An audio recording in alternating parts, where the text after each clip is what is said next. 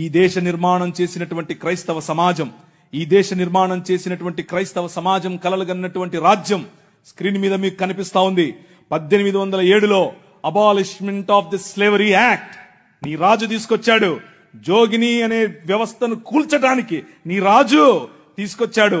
1930లో ముత్తులక్ష్మిరెడ్డిని నిలబెట్టి మెడ్రాస్ లెజిస్లేటివ్ కౌన్సిల్లో ఈ దేవదాసి వ్యవస్థను నాశనం చేయటానికి దాన్ని తీసి పారేయండి అని పిల్లు పెట్టింది. నీ రాజు పంపగా వచ్చిన వ్యక్తులు ఆంధ్ర జోగిని యాక్ట్ మనం తీసుకొచ్చాం.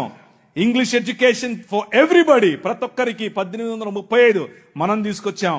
1795 రైట్ టు ప్రాపర్టీ, అంతకుముందు ఎవరు భూములు కొనటానికి లేదు. బడుగు బలహీన వర్గాలు భూములను స్వాధీనం చేసుకునేవాళ్ళు. నీకేంద్ర రే మల్లిగా అనేవాళ్ళు, నువ్వెవర రే ఈరిగా అనేవాళ్ళు, నువ్వెవర రే బయటుండు, నువ్వు మా ఇంటికి రావద్దు, నీ నీడ పడద్దు అన్నారు. కానీ నీ రాజు నీకు అధికారం ఇచ్చాడు. భూమి కొనుక్కునే అధికారం, భూమిలో పండించుకునే అధికారం, పండించిన దాన్ని తినే అధికారం నీది. అంతకు ముందేమయ్యేది, భూమి తీసుకుని కష్టపడి మంచిగా పనిచేసి ఇంత పండు పండిన తర్వాత వస్తాడు గారు, ఏట్రా ఇదేటి బాబండింది, అమ్మగారికి కావాలంటే ఇచ్చిరాపో అంటే నోరు మూసుకొని ఇవ్వాలి అంతే. అదే చట్టం. కానీ ఈరోజు అది కాదు. నువ్వు పండించింది నువ్వు తింటావు, నువ్వు పండించింది నీ పిల్లలు తింటారు, నువ్వు పండించింది ధైర్యంగా నీకోసం పెట్టుకుంటావు, పొదుపు చేసుకుంటావు. కారణం ఏమిటి? నీ రాజు, రాజులకు రాజు, ప్రభువులకు ప్రభువు, కైసర్ అగస్తస్ మరియు కైసర్ తిబేరియస్ల ప్రతినిధి అయిన పిలాతు ముందు నిలబడుకొని నా రాజ్యము నీ రాజ్యము లాంటిది కాదని చెప్పాడే ఆ రాజు. Right to property, right to education, abolishing killing children. చిన్న పిల్లలను కొనుక్కొని వెళ్లేవాళ్ళు. ఆయన ఒకసారి రాశారు, ఈ దాన్ని ఏమంటారు, కాటన్ గారు ఆయనకు రాసినటువంటి కాటన్ గారి గురించి రాసినటువంటి పత్రిక ఒక పుస్తకంలో ఇలా రాసిందట. ఏంటంటే వాళ్ళ ఇంట్లో పనిచేసేటట్టు ఒక ఆయమను వచ్చి ఒక ₹1/2 ఇవ్వమ్మా అని అడిగింది. ఆ రోజుల్లో ₹1/2 ఎందుకమ్మా అంటే, నేను వెళ్ళి రాజమండ్రిలో ఒక ఆడపిల్లను కొనుక్కొచ్చుకుంటాను అంటుంది. ఏంటి కొనుక్కొచ్చుకుంటావా? ఎందుకు? అది మన పరిస్థితి ఆ రోజుల్లో. పిల్లలు నమ్ముకునేటటువంటి బతుకులు, తినటానికి లేని బతుకులు, పిల్లలు నమ్ముకునేటటువంటి బతుకుల నుండి నీ రాజు, నువ్వు అమ్మటానికి వీలు లేదు, నువ్వు చంపటానికి వీలు లేదు. నిర్మాణం కట్టాలంటే పిల్లల్ని చంపరారు, ఏదైనా రోడ్డు వేయాలంటే పిల్లల్ని చంపుతారు, రక్తం పడాలంటారు. ఇలా పిల్లలను, మన పిల్లలను చంపుతూ ఉంటే ఆపింది నీ రాజు. Right to education 1913. నువ్వు పెళ్లి చేసుకుంటే నీ భార్య 7 రాత్రులు బ్రాహ్మణుడితో పడుకోవాలి.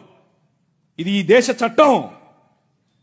నువ్వు నల్లగా ఉన్నావట, నీకు దాన్ని ఏమంటారు, బట్టతెలుందంట, రింగులు ఎంటుకలు ఉన్నాయంట, కాబట్టి నువ్వు దాసుడివి, దస్యుడివి, నువ్వు రాక్షసుడివి, నువ్వు మ్లేచ్ఛుడివి. కాబట్టి నీ జీవితాన్ని మార్చాలంటే, కాబట్టి నీ వంశాలు మంచిగా మారాలంటే బ్రాహ్మణుడితో నీ భార్య పడుకోవాలి. కలిగే పిల్లలు ఎలా ఉంటారు? అప్పుడు ఆర్యీకరణ జరుగుతుంది. కృణ్వంతో విశ్వమార్యం అన్నారు. అంటే అర్థం ఏంటి? ఈ ప్రపంచం మొత్తాన్ని కూడా ఆర్యీకరణ చేయాలి అన్నది వారి రాజ్య కళ. The kingdom of Rama, but the kingdom of God, దేవుని రాజ్యం ఏమందో తెలుసా? ఎవరితో పడుకోవక్కర్లేదు. My blood is enough, I will cleanse you from all sin. ప్రతి పాపము నుండి యేసు రక్తము నిన్ను కడిగి పరిశుద్ధనిగా చేస్తుంది. ఎవరి దగ్గర పడుకోవక్కర్లేదు. మనం ఈ దేశానికి ఒక చట్టం ఇచ్చాం. ఏం చట్టం ఇచ్చాం? 1819లో. ఇదంతా నేను సుత్తి కొడుతున్నా అనుకున్నారా? చట్టం ఇది. ఒక్కసారి చరిత్ర తిరిగేయండి. ఇదంతా నీ రాజు చేశాడు ఈ దేశానికి. నీ రాజు తీసుకొచ్చాడు. నల్లట్ట పుస్తకం మోసుకొచ్చినోళ్ళు కష్టపడి పిల్లులు వేసి, రిట్ పిటిషన్లు వేసి, నిలబడి కొట్లాడి నీకు ఇచ్చిన హక్కిది. That is the kingdom of God. No discrimination, right to sit, abolishing child marriages. ఇలా చెప్పుకుంటూ పోతే ఎన్ని చట్టాలు చేశాం మనం. రైలు మనది, పోస్ట్ ఆఫీస్ మనది, ఐఏఎస్ తెచ్చింది మనం, ఐపీఎస్ తెచ్చింది మనం. తెలుగు భాషను మ్లేచ్ఛ భాష అన్నారు. అరే ఏం భాష మాట్లాడుతున్నాడు మ్లేచ్ఛుడా అంటే తెలుగు భాషలో డిక్షనరీ, మొట్టమొదటి డిక్షనరీ మంది. మీ నాయన రాజు, ద కింగ్, మనమిచ్చాం. CP Brown, he was a missionary. ఆయన కలెక్టర్ మాత్రమే కాదు, మిషనరీ. తెలుగు భాష గద్య భాగంలో మొట్టమొదటి పేపర్ మనది. తెలుగు భాష గద్య భాగంలో మొట్టమొదటి పుస్తకం మంది. వీళ్ళకు వాళ్ళ సొంత రామాయణం, మహాభారతాలు కూడా ట్రాన్స్లేట్ చేసుకునే దిక్కు లేదు. అది చేసింది మనమే. నిజం చెప్తున్నాను, నేను అబద్ధం చెప్పట్లేదు. మొట్టమొదటి ట్రాన్స్లేషన్ చేసింది కూడా మనమే. వాళ్ళు అది కూడా చేయరు. ఎందుకంటే విద్య పంచకూడదు. వాళ్ళ రాజ్యంలో విద్య పంచకూడదు. మన రాజ్యం అందరికీ విద్య. ప్రతి ఒక్కరూ చదవాలి. ఎందుకు? ఇదిగో నల్లట్ట పుస్తకం కూడా చదవాలి. అర్థమవుతుందా? నల్లట్ట పుస్తకం చదివితే దిమాగ్ ఖరాబ్ అవుతుంది, దిమాగ్ ఫిరాయిస్తుంది. మనిషి వెంటనే మనిషి అవుతాడు. ఈ రాజ్యం మనుషుల కోసం రాజ్యం. ఆ రాజ్యం తలకాయలో నుంచి వచ్చిన వాళ్ళకి మాత్రమే రాజ్యం, భుజాల్లో నుంచి వచ్చిన వాళ్ళకే రాజ్యం. ఈ రాజ్యం అందరి రాజ్యం, అందరికీ సుభిక్షత, అందరికీ పట్టభద్రత్వం. అలెగ్జాండర్ డఫ్ అనే ఒక ఆయన, ఎంతమంది ఉన్నారు ఈ పేరు? ఒకరు, ఇద్దరు, ముగ్గురు, ఒకే ఒక 10-15 ఉన్నాయి. మిగిలిన ఒక చెంచా నీళ్లు తీసుకొని దూకండి. అలెగ్జాండర్ అంటే పొరపాటున మీరు ఆ గ్రీకు ఒక ఆయన వచ్చాడు గుర్రం వేసుకుని, ఆయన అనుకుంటారు, కాదు, ఈయన వేరే. అలెగ్జాండర్ డఫ్. ఈయన రవి అస్తమించని బ్రిటిష్ సామ్రాజ్యం పైన ఇన్ఫ్లుయెన్స్ తీసుకొచ్చాడు. ఏం ఇన్ఫ్లుయెన్స్ తెలుసా? నా పిల్లలు చదవాలి, మా భారతీయ పిల్లలు చదువుకోవాలి.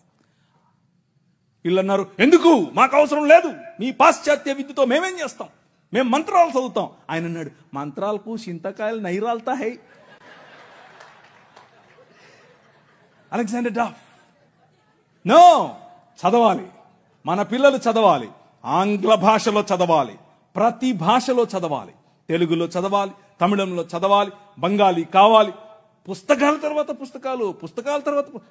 ఈ అలెగ్జాండర్ డఫ్ యొక్క ఇన్ఫ్లుయెన్స్ కారణం చేత ఈశ్వరచంద్ర విద్యాసాగర్, అలాగే రాజా రామ్మోహన్ రాయ్ ఇలాంటి వాళ్ళు నిలబడి, ఎస్, మా పిల్లలు చదవాలి, మా పిల్లలు కూడా చదవాలి, మంత్రాలకు మేమేం చేసుకోవాలి, అవసరం లేదు, ఎల్లమ్మకు పుల్లమ్మకు పోయి మీరు చదువుకోండి అని యూనివర్సిటీస్ ఒకే సంవత్సరంలో, అటువైపు మెడ్రాస్ యూనివర్సిటీ, ఇటువైపు బాంబే యూనివర్సిటీ, ఇటువైపు శ్రీరాంపూర్ యూనివర్సిటీగా ఈ రోజు ఏదైతే ఉందో బైబిల్ కాలేజ్ అనుకుంటున్నారో అది ఆ రోజు కల్కటా యూనివర్సిటీ. 3 యూనివర్సిటీలు స్థాపించటానికి వెనకుండి పనిచేసింది ఈ అలెగ్జాండర్ డఫ్. ఈయన ప్రభావం, ఈయన ఇన్ఫ్లుయెన్స్ కారణం చేత మెకాలే అనే ఒక వ్యక్తిని ఈ దేశానికి పంపించారు. పోయి చూసి రాపో బాబు, అసలు చదువు అవసరమా లేదా. ఆయన ఇచ్చినటువంటి నివేదిక, ఎస్, అందరూ చదవాలి.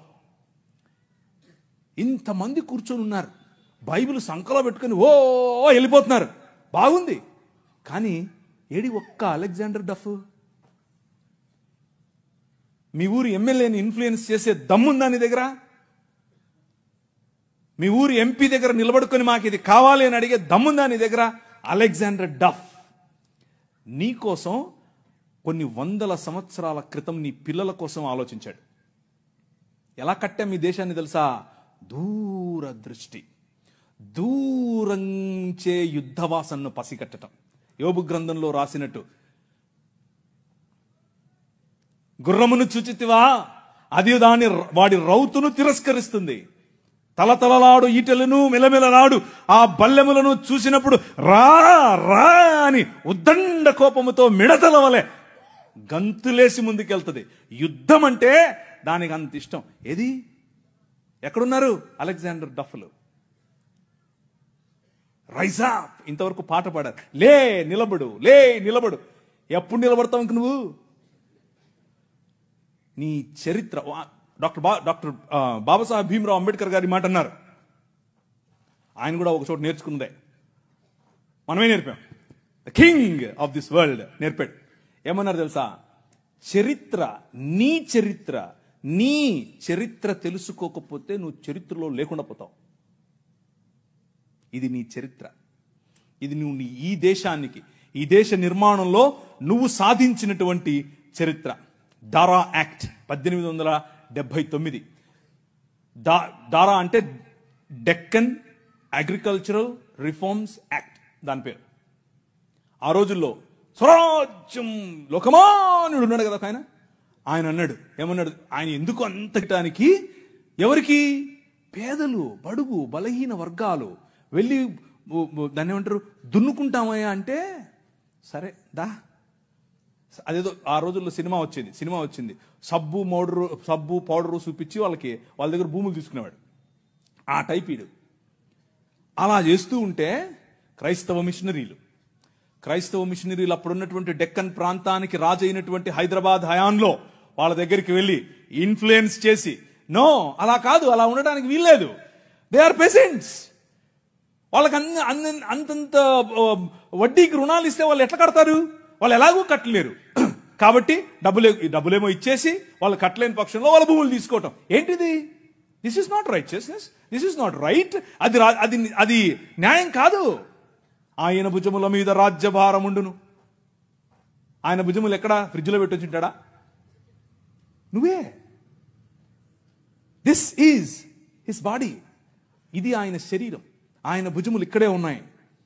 ఆ రోజు వాళ్ళు గుర్తించారు, అది నా బాధ్యత అని గుర్తించి వాళ్ళకి 25 పైసల కంటే ఎక్కువ వడ్డీకి రుణం ఇవ్వటానికి వీల్లేదు అని యాక్ట్ చేశారు.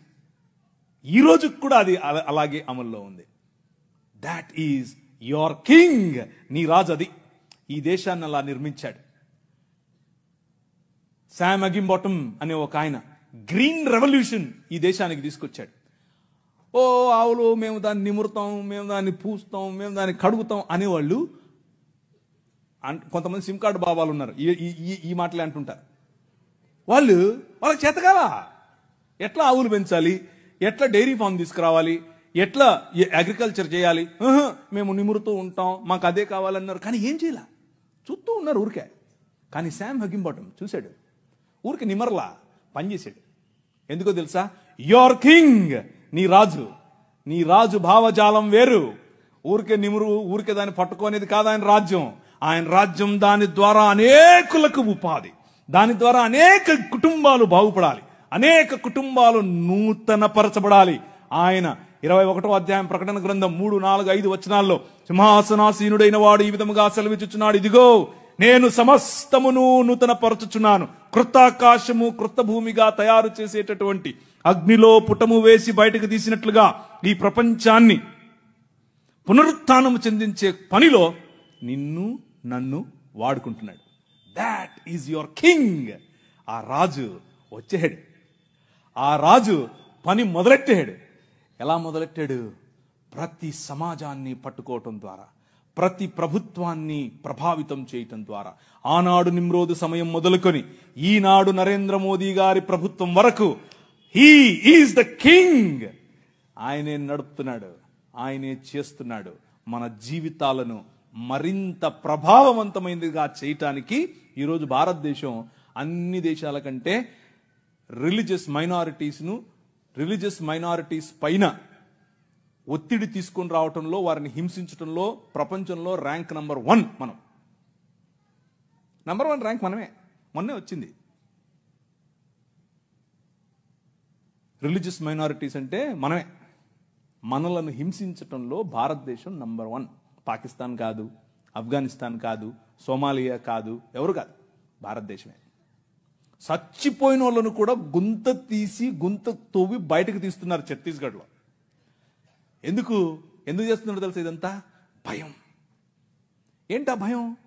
వీళ్ళందరినీ మనుషులు చేస్తున్నారు, వీళ్ళందరూ సమానం అంటున్నారు.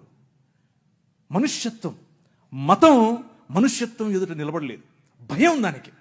మతానికి నిజమైన మనిషిని చూస్తే భయం.